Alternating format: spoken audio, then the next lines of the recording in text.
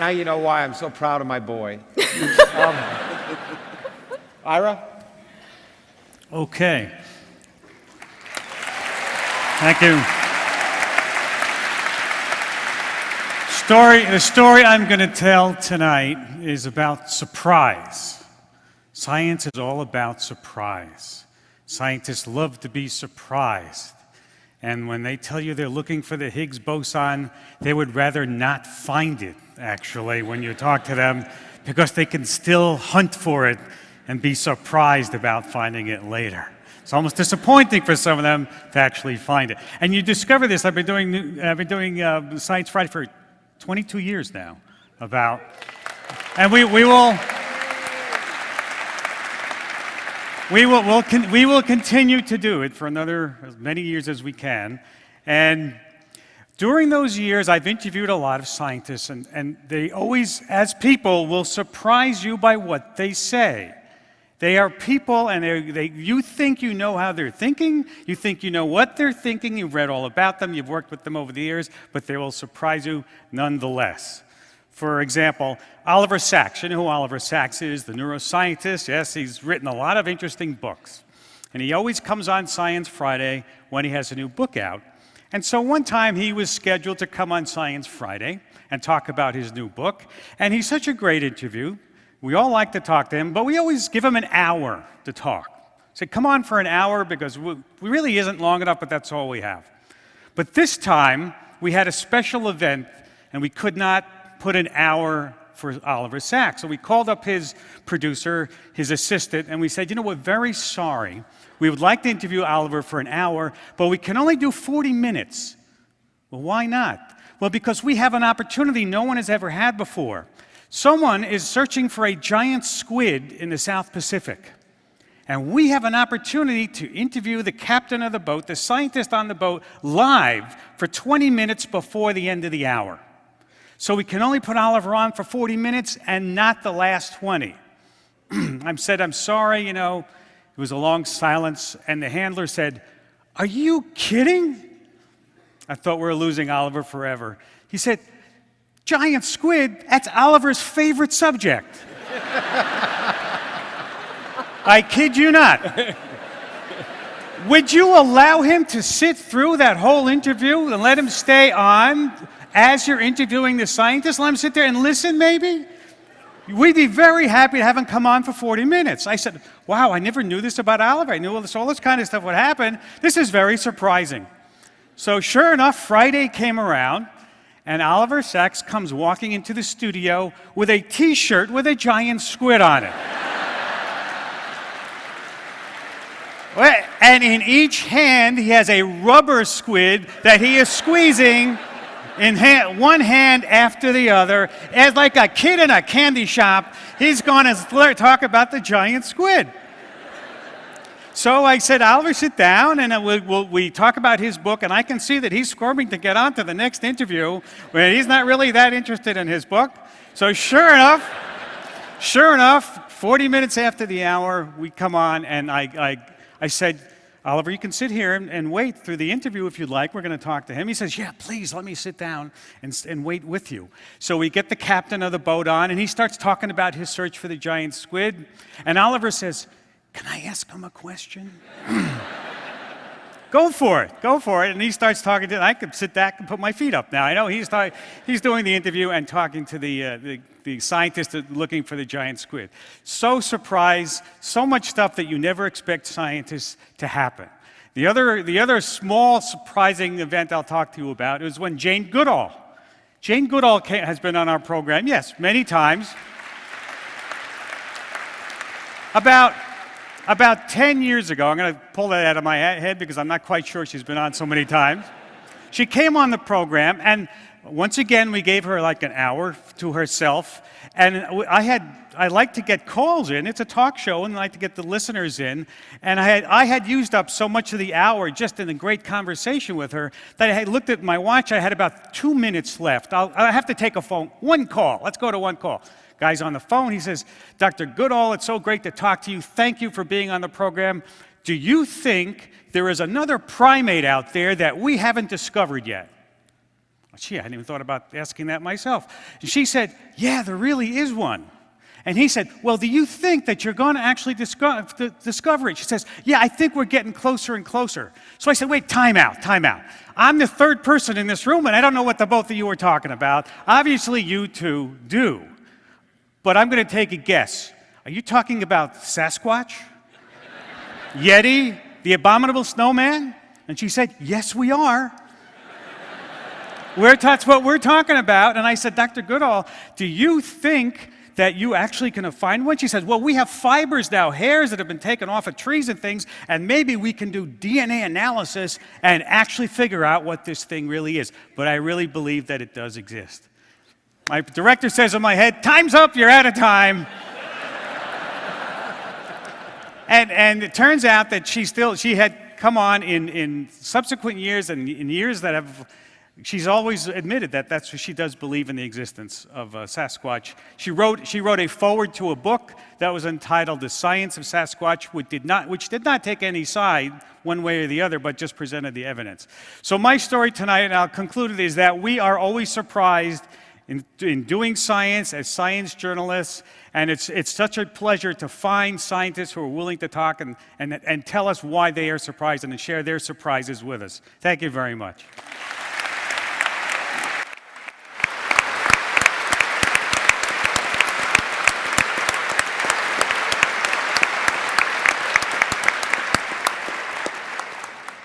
Great, thank you, Ira. The next speaker never ceases to surprise me, so go ahead. Okay.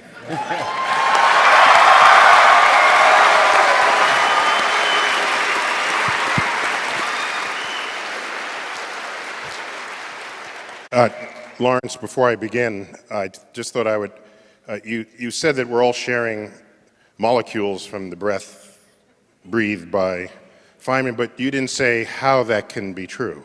And so I would like to add information to this, that it is true because for every breath you take, you inhale more molecules of air than there are breaths of air in the entire Earth's atmosphere. And it's because of this fact that anytime someone has exhaled in the past, there are enough molecules to spread into everyone's breath. And so what is true for Feynman would be true for any person throughout history, including Genghis Khan, Beethoven, Jesus, whoever is your person. No, real people. You're sharing.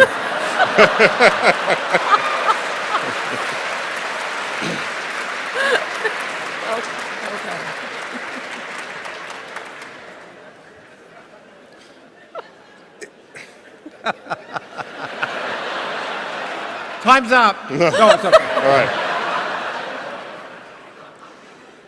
So it was the 1700s, and William Herschel, the most famous astronomer of his day, who had the biggest telescope around, making discoveries that only the biggest of its kind would give you.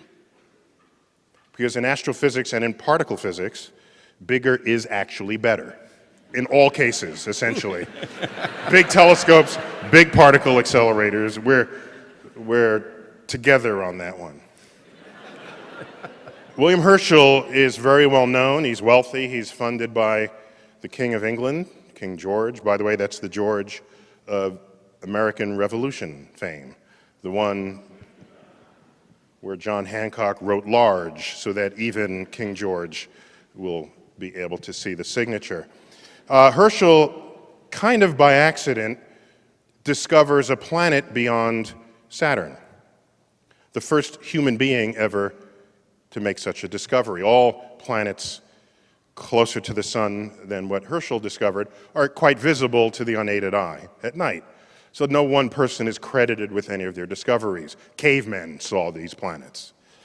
So he wanted to name it after his funder, which is what any good scientist would do if you want to keep the money flowing. So for a brief period there, about 5 years or 7 years or so, the solar system was Mercury, Venus, Earth, Mars, Jupiter, Saturn, and George.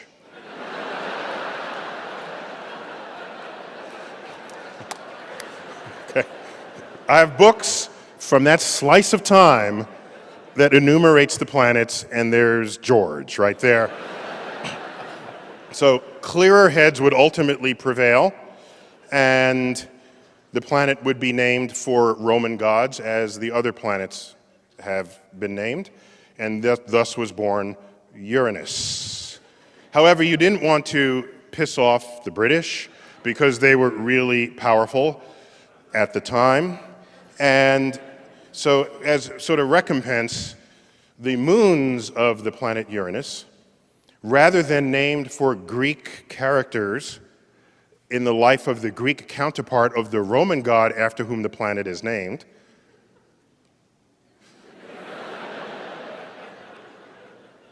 so for example, Jupiter has Ganymede, one of its moons. Ganymede was the manservant of Zeus.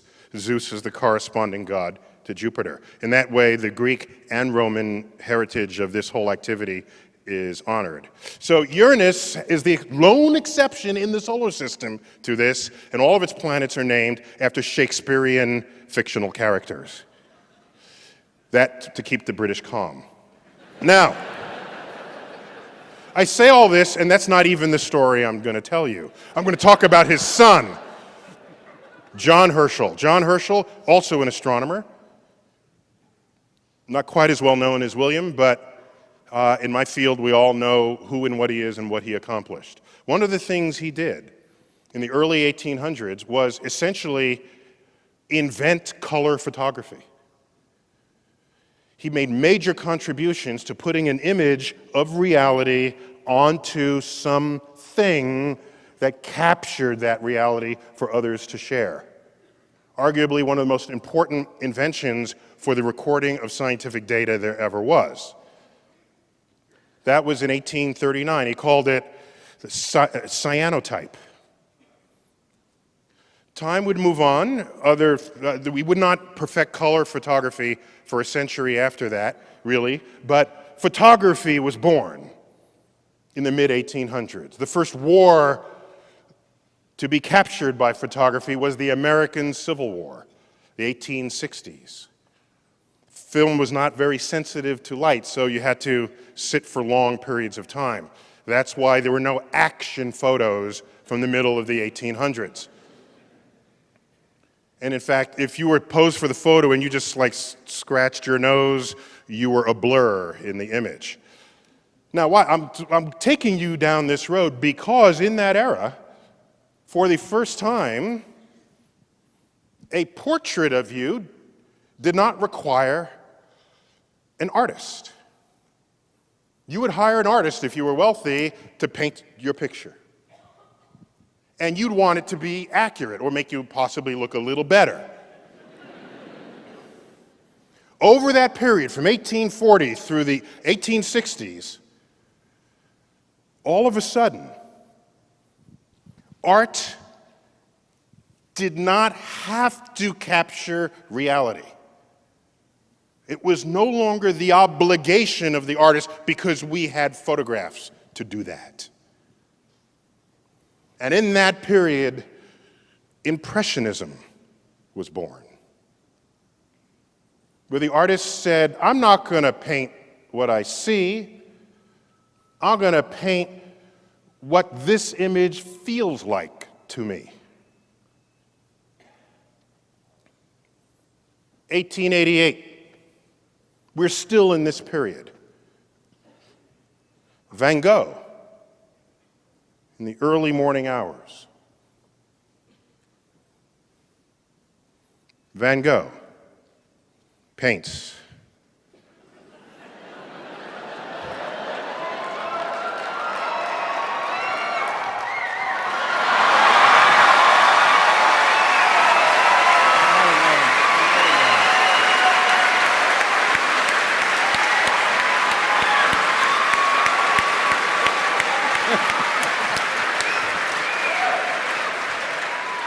I know some of you were worried I didn't have a cosmic tie on or my vest.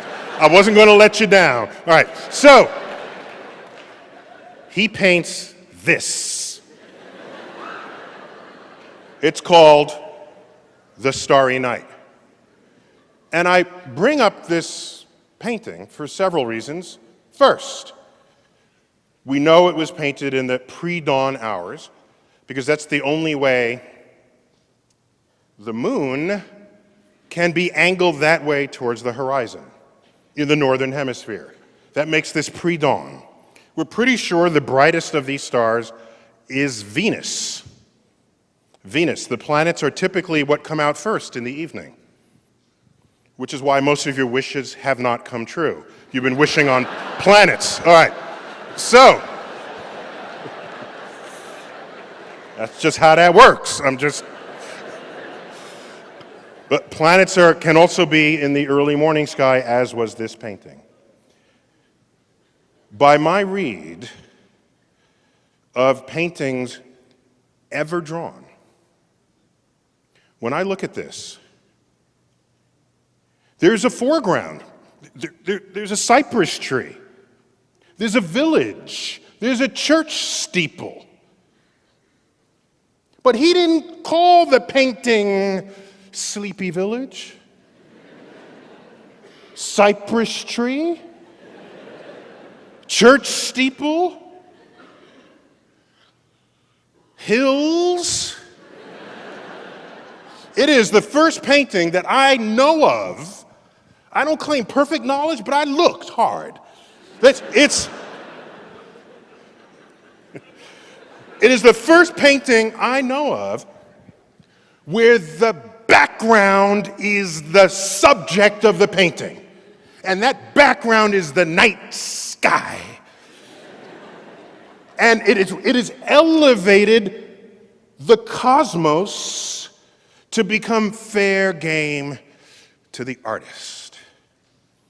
And I submit to you that scientific discovery, especially cosmic discovery, does not become mainstream until the artists embrace the fruits of those discoveries. So I applaud Vincent van Gogh for thinking that the sky is what mattered more than anything else in the foreground for this painting. And one point which I will end on because my time has run out.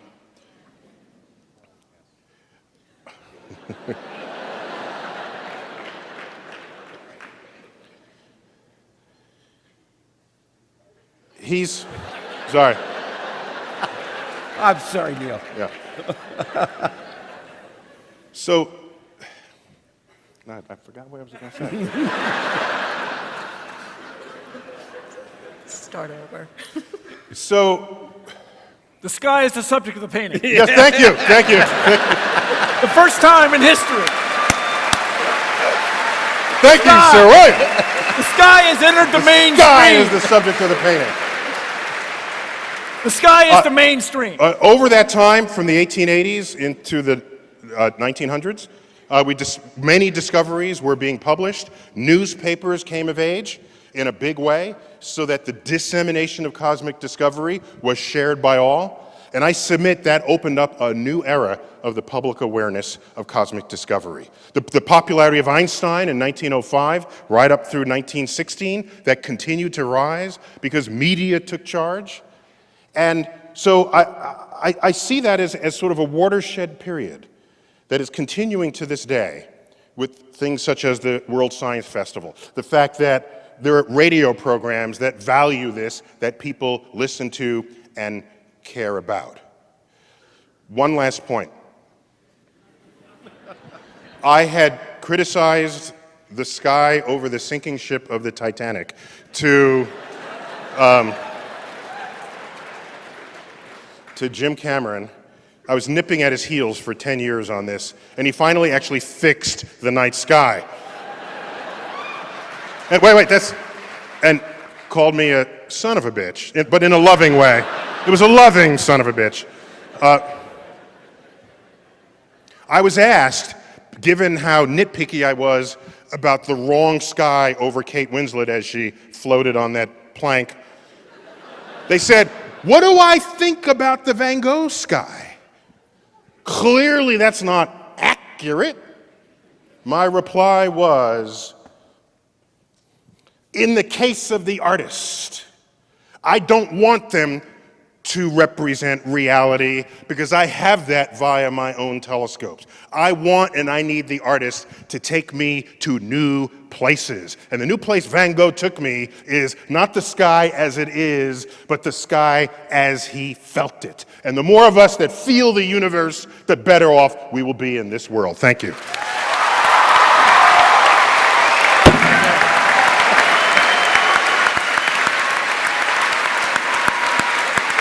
Back on. Put it back on. Put it back on. Here we go. 12 minutes. Right.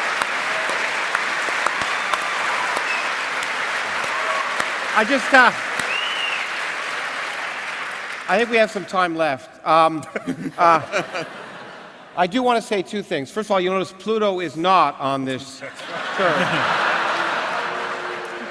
And secondly,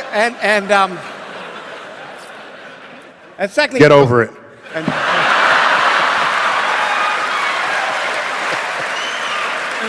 are you sure? And what really, actually, the other thing that really worried me for those of us backstage in the dressing room was, well, you haven't seen the underwear, but in any case, moving from something to something else. I don't want to say it. Let me call on Richard. Thank you.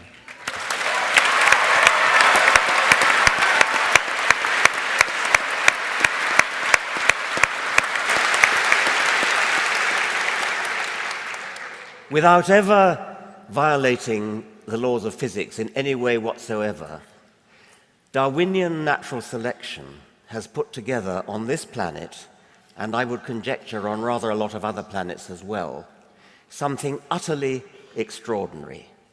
The world of complexity, which is unknown to physicists, the world of complexity, which is the world of biology, and on this planet at least has produced the human brain, which is capable of understanding the process that gave rise to it, capable of making a model of the universe in which we stand.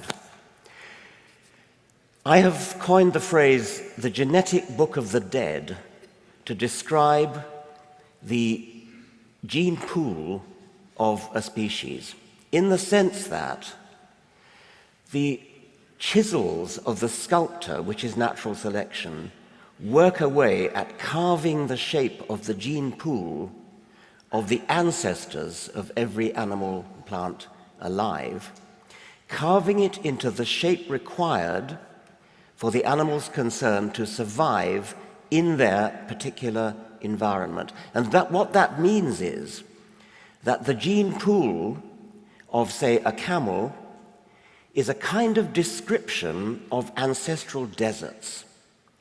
The gene pool of an antelope is a description of the savanna of the ancestors. It's a description of the lions or leopards that the ancestors escaped from. And reciprocally, the gene pool of a lion is a coded description of the prey that the ancestral lions caught. So the gene pool of every species is a unique informational description of the ancestral worlds in which they survived. And mostly all the genes in the gene pool share the same ancestral history. They all share the same, we could almost call it, experience of the past, ancestral experience. But wouldn't it be interesting to find a place where some of the genes in the gene pool have had a different ancestral experience from others? This would be a critical, almost an experimental test. And I want to tell you a story about one such example. Cuckoos. The European cuckoo parasitizes quite a large number of different species. You know they're brood parasites. You know that the female does not lay an egg in her own nest. She goes and finds a nest of a host species. It might be a hedge sparrow, it might be a meadow pipit, it might be a reed warbler, it might be a robin, and deposits an egg in the nest, having removed one egg from the host nest. The young cuckoo hatches out first before its foster siblings, and then the first thing it does is to toss out the eggs of the other of the foster species. The young cuckoo, the first thing it does, it gets the egg into a sort of hollow in its back, and it shuffles its way backwards over the edge of the nest, tosses the egg out. Obviously, it has no idea why it does it. It's got no idea of anything very much. This is built into the nervous system. And the cuckoo has many, many other fascinating adaptations to its brood parasitic way of life. Now, here's the point. The same species, Cuculus canorus, the same species parasitizes a large number of different host species, and when it lays an egg in each of the nests, each host species, the eggs mimic those of the host species. So when a female cuckoo lays an egg in a reed warbler nest, the egg that it lays looks like reed warbler eggs. When it lays it in meadow pipit nests, the egg is dark, almost black. It looks like a meadow pipit egg, and so on. How can this happen? How can the female cuckoo possibly produce the right kind of egg, given that it's got the same genes as all the other cuckoos in the species? It's all one species. It's a bit of a mystery, and the answer is almost certainly known, and it comes back to my point about different parts of the gene pool having different experience. Each female cuckoo learns the nature of the nest in which she herself was brought up. So there are females who are brought up in robin nests, and they return when they're adults to robin nests and lay eggs in robin nests. A female that was brought up in a reed warbler nest, when she grows up, she will return to reed warbler nests. Well, that's all very well, but they're still the same species. Now, here's the thing. As you know, in mammals, sex determination is done by an XX-XY system, such that males have different sex chromosomes. One is called Y, one is called X. Females have the same X and X. And if you work it out, when you cross an XX and an XY, 50% of the offspring will be XY male, 50% will be XX female. So a Y chromosome in a mammal like us has only had experience of male bodies back through history. X chromosomes have had, 2/3 of their time in female bodies and 1/3 in, have I got that right? I can't be bothered to work it out. But the point is that in birds, it's the other way round. In birds, it's the female sex, which is XY, and the male sex, which is XX. So there is one part of the genome of a female cuckoo which has only ever had experience of female bodies, and a robin cuckoo female, her Y chromosome can look back on a long history of nothing but robin nests. Well, not quite nothing but at least for a long way, nothing but robin nests. A reed warbler female has got a Y chromosome that can look back on a long history of reed warbler nests. All the other genes in the genome can look back on a mixed history of all the different species that are parasitized. But the Y chromosome has unique experience. And so the whole thing is explained on the hypothesis that egg coloration is carried on the Y chromosome. And that enables females to be specialists in one particular kind of host. They learn which kind of host they were brought up in themselves, and so this learning process sees to it that the Y chromosome has this unique experience. Now, every now and again, a female cuckoo will, of course, make a mistake. They're not perfect. Nothing's perfect. So a reed warbler cuckoo, for example, may by mistake lay an egg in a robin nest. And of course, her egg will then be very conspicuous. It won't look right. And the chances are that it'll be killed. It'll be thrown out by the foster parent. But That's how these new genties, as they're called, female races, these new genties come into being by the females making a mistake. Now, if you look at the perfection of the egg mimicry in the different genties, the different races of females, only females have races. The males are all the same race, if you see what I mean. Robin cuckoos are exceedingly poor mimics of robin eggs. Meadow pipit cuckoos are exceedingly good mimics of meadow pipit eggs.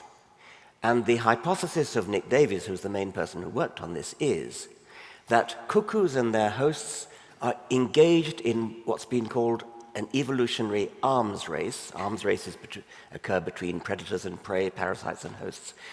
And the idea is that robin cuckoos have only recently entered upon their arms race with robins. And therefore, neither the cuckoos have had time to develop perfection of egg mimicry, nor have the robins had time to develop perfection of discriminating the eggs. And that's why the egg mimicry is poor, and yet it still works, whereas meadow pipits have been engaged in a much longer arms race against meadow pipit cuckoos, and that's why both of them have reached perfection, have reached a much higher level of perfection. On the cuckoo side, the egg mimicry, and on the meadow pipit side, the discrimination. Isn't nature wonderful?